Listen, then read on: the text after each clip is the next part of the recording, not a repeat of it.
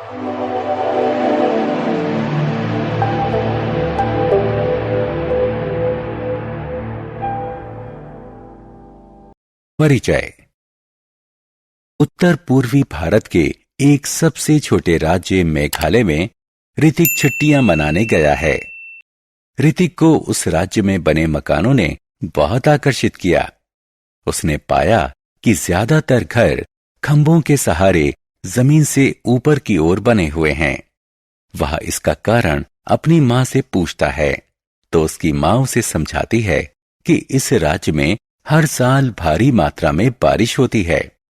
इस बरसाती पानी को घरों में घुसने से रोकने और घरों को नुकसान से बचाने के लिए इन घरों को बांस की इन बल्लियों के ऊपर बनाया जाता है।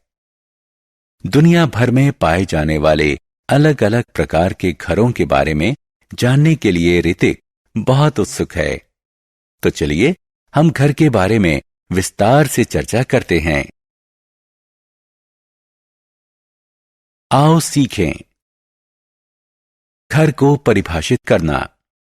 अलग अलग क्षेत्रों में पाए जाने वाले भिन्न भिन्न प्रकार के घरों का वर्णन करना। एक अच्छे मकान की विशेषताएं बताना। प्राकृतिक आश्रयों को परिभाषित करना।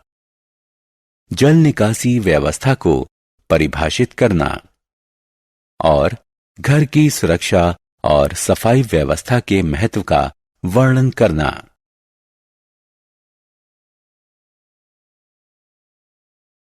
मकान। मकान किसे कहते हैं? मकान एक इमारत या स्थान होता है जहां लोग अपने परिवार के साथ रहते हैं। हिमाच्छादित क्षेत्रों में घर। अलग अलग स्थानों के घरों में अलग अलग अंतर होते हैं। जिन क्षेत्रों में भारी मात्रा में हिमपात होता है, उन क्षेत्रों में घरों की छत ढलानदार होती है। ढलानदार छतें बर्फ को छत पर जमा होने से रोकती हैं। ग्रीनलैंड, अंटार्कटिका आदि जैसे क्षेत्र जो साल भर बर्फ से ढके रहते हैं, यहां लोग विशेष प्रकार के घरों में रहते हैं जो इग्लू के नाम से जाने जाते हैं। इग्लू अर्धगोलाकार होते हैं और जो बर्फ के टुकड़ों से बने होते हैं। पहाड़ी क्षेत्रों में घर। पहाड़ी क्षेत्रों में घर लकड़ी के बने होते हैं। यहां भी घरों की छत ढलानदार होती है क्योंकि यहां पर भारी मात्रा में बारिश और हिमपात होता है। ढलानदार छतें बर्फ और बरसाती पानी को आसानी से छत से जमीन की ओर बहा देती हैं। बरसाती इलाकों में घर। इन क्षेत्रों में अत्यधिक मात्रा में वर्षा होती है, इसलिए घर जमीन की सतह से कुछ ऊंचाई पर बनाए जाते हैं। इन घरों को बांस के बने हुए खंभों का सहारा दिया जाता है, जिन्हें स्टिल्ट कहते हैं। इसलिए इन घरों को स्टिल्ट हाउसेस कहते हैं। स्टिल्ट घर लोगों को बाढ़ के पानी से बचाते हैं, जो इस प्रकार के क्षेत्रों की प्रमुख विशेषता है। ग्रामीण घर। गांवों में घर गीली मिट्टी, चूना, सूखी घास और झाड़ियों से बनाए जाते हैं, जिन्हें झोपड़ी कहा जाता है। शहरों और कस्बों में घर। कस्बों और शहरों में घर ईंट और सीमेंट से बनाए जाते हैं। यह एक मंजिला या बहुमंजिला होते हैं। इन बहुमंजिला इमारतों में अलग अलग प्रकार के परिवार रहते हैं। अच्छा घर। घर छोटा अथवा बड़ा हो सकता है।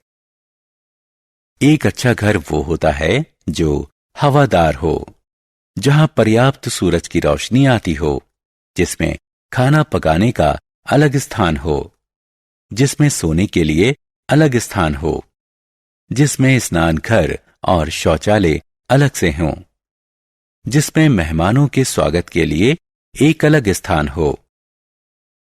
प्राकृतिक आश्रय। आदि मानव घर नहीं बनाते थे।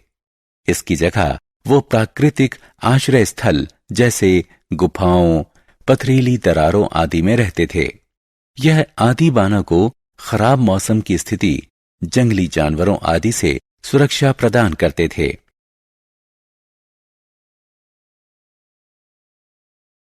जल निष्कासन। स्वच्छता का अर्थ है साफ सफाई। घर से निकलने वाले कूड़े कचरे को सुरक्षित ढंग से निष्पादित करके हम घर की सुरक्षा के प्रति सुनिश्चित हो सकते हैं। घर की जल निकासी की नियमित जांच करके हम अवरोध और भराव से बच सकते हैं। घर की सुरक्षा। घर की सुरक्षा सबसे महत्वपूर्ण है। गंदा पानी घर के आसपास जमा न होने दें, इससे घर को नुकसान पहुंचता है। ऊपरी टैंक से होने वाले रिसाव को डार्ट लगाकर बंद कर देना चाहिए। घर में लकड़ी के सामान को दीमक से बचाना चाहिए।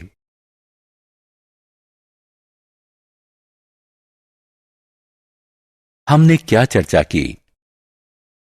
मकान वो इमारतें हैं जहां लोग अपने परिवार के साथ रहते हैं। इग्लू उन क्षेत्रों में पाए जाते हैं जो वर्ष भर बर्फ से ढके रहते हैं। स्टिल्ट घर वहां पाए जाते हैं जहां भारी मात्रा में बारिश होती है। गांव में घर गीली मिट्टी, चूना, सूखी घास और झाड़ियों से बनाए जाते हैं, जिन्हें झोपड़ी कहते हैं। शहरों और कस्बों में मकान ईंट और सीमेंट से बनाते हैं।